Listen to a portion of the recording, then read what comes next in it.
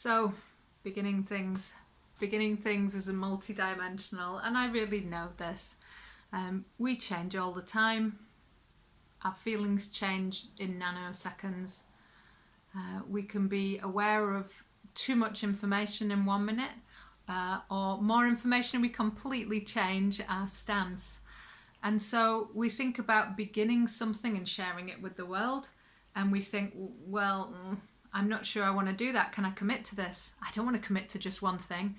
And then if I start it, and then I don't want to continue with it. And what if people expect me to continue being this when I've changed my mind? And what if people want me all the time?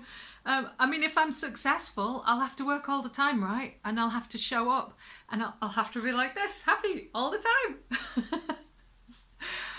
And you know, I'm not surprised you don't want to continue with starting something or putting you out into the world if that's how it goes, because it's exhausting. And I was doing it that way as well. But there are different ways of showing up in the world now available to you. My friend Lucy sent me this article from The Guardian talking about, it wasn't such a great article, I have to say, talking about oversensitive people. Not very good in itself, but maybe they are exactly what the world needs. Yay, this is what I believe. I believe you're exactly what the world needs. And until you feel that you can get out there and share of yourself in your own way, the world will never know what you know. And you won't know what you know either, because you'll hide it from yourself, because it doesn't look like anything you see out there, because it doesn't fit. Everything that I am doing and being right now is to create a space for us, for people like us to come together, to be safe, to feel safe enough to explore rather than have to know the answers. And there's a massive, massive key ingredient to being able to show up as you, and that is when you're being of service. And we're not allowed to do this in business, so we hide it in case people think we're selling it. And it's like, for us, money and service are not connected. We need the money. We need money to live, and not just to live. We don't just have to survive.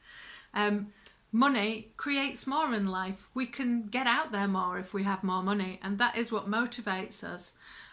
But we hide that about ourselves, that we really would like to, like, the biggest thing for us is being of service to the planet.